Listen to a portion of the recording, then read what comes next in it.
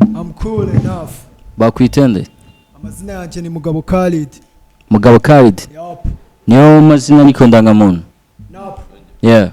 Gusa I had my big guy is called Khalid, that's why I feel like I'm called Khalid. Wemera DJ Khalid cyangwa ni Khalid is my bro. Khalid? That's what I'm trying to mean. Okay. Yup. So amazina ukoresha ni Khalid n'ubundi? Yup. Uyu munsi dufitiye iki, waduteguriye iki? Today's move mbafitiye old school rap as n'ubundi nk'ibisanzwe nta bintu byatanje. Niki cyatumye ukunda si hip hop? Ukunda hip hop old school? Cyatumye nkunda hip hop. Yeah. For me I was exhausted kumva abantu bandirimbira when for me I can't make my own music. That's why I try to make my own. I create my own. Aba njyewe, aba B Boston. Watangiye kurapa ufite imyaka ingahe? Yup, it's been like 4 years. Ufite imyaka ine? Yup. Hari ryari buriya? Like it was 2016, 17 something around ngaho. 16 wari ufite imyaka ine? Yup. Ashize imyaka ine like uri muri rap game? Yup. Uva mu zihe hood? For me I'm from Beresh ground mu Beresh aho bita mu gihe gatandatu. Movement ya hip hop mu Beresh imeze ute? Like when you see nowadays people they are crazy with something like we can call drugs almost. They feel, when you get something like that, you know usanga reality yabo buri muntu wese iri mu biyobyabwenge. Buri muntu wese gusa at the end buri muntu wese yumva yarapa tu ariko like naga abantu bose baririmba tu like kubera ko bafashe something. Uvango like who dukomokamo wo music is based on taking drugs nagwa ari ibintu byabo just nuko sometimes ashobora kuba bafata drugs akumva ko ari zo feelings zishobora gutuma akora music. Nap ahubwo nukuvuga uti when you see reality to almost abenshi bumva ko baririmba gusa naga ikintu kibavamo kibari mu mutima baki raising out, they show their feelings, they know how to rap gusa gusora feelings zabo bazishire outside biri ubwo nizere ko mu byo waduteguriye ari ibintu biri attached kuri feelings zawe ugiye gusohora feelings. Noneho ni cyabarusha bo muri quartier ibyo nyine barusha nibyo uje kutwereka. Ariko man ngiye nakunze swag zawe kabisa. It's all my pressure. Kamera iri kubyerekana uburyo wamba none inkweto wambaye kuva hasi ku nkweto from Eugene. From Eugene.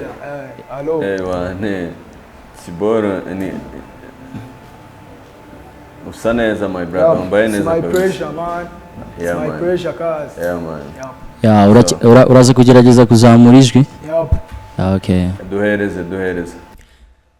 I'm back like a Boston, never care about what I'm going to say. Mvuye muri struggle nirengagije byinshi, nago byari byoroshye ahubwo byari nk'ubushe. Njya kwinjirira iyi nzira sinari nzi ko ngo byose bizarangira ngo harimo n'amarira. Gusa reka nkubwire, utite ku mabwire bareke bavuge paka bunarinde bwire. Ugere kurekane, usake nizo kire gubakatire cyane babigize ibintu bya dance. Zuba rirasarirenga negereje urupfu. Gabanza bakanyi baducira kobo, gabamakanyije mirofinga imbere cyane. Sizaba kumbura niyo baba biruka sindurukingo cyangwa se urukingo rukingira underground. Tega amatwi wumva ukuru kw'abakuru nasigiwe n'abakuru fem na mic nibashima ibyo dukora ibyabo nukuduse byaba dutega iminsi. I used to know struggle twanyuzemo twihirinze every day tureba ko twabaho. I never care about what you gonna do about my feeling. I'm exhausted with the feeling. I'm not a duster, being all this cycle, being something like a trash. I never care. I feel like I'm going to run. Exhausted, my backbone. Look into my eyes. What you gonna see when you look into my eyes? That's it, my G. Yeah, ufite so no kuririmba 2 songs cyangwa se ibintu bibiri wateguye ariko mbere yuko winjira ku cya kabiri ku cya mbere ni fresh, ufite look y'aba style, ufite imico y'aba style, ufite ikintu umuntu ukeneye umuhanzi where I see right now ashobora kuba yagenderaho adashobora kukwima amahirwe yo kuba uwo muhanzi akeneye kubera ko you already something.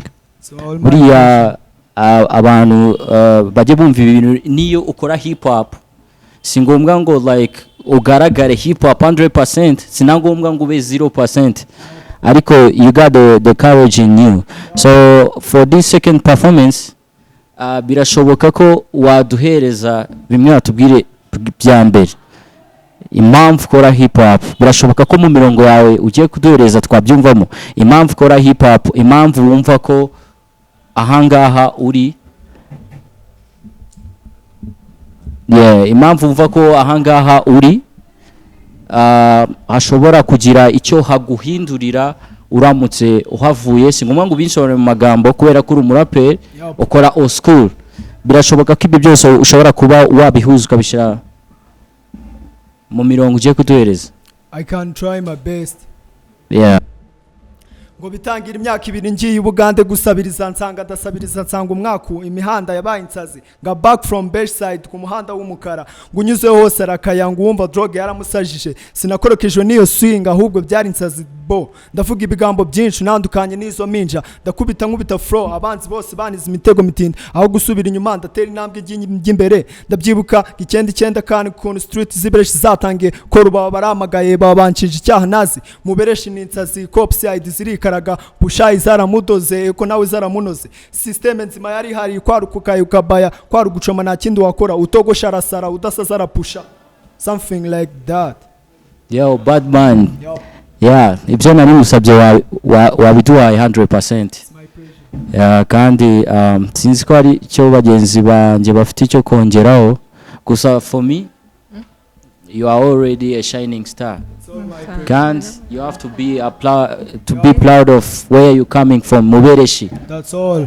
Abantu benshi ari ndabizi baba gutezaho byinshi cyane. Yeah, God bless.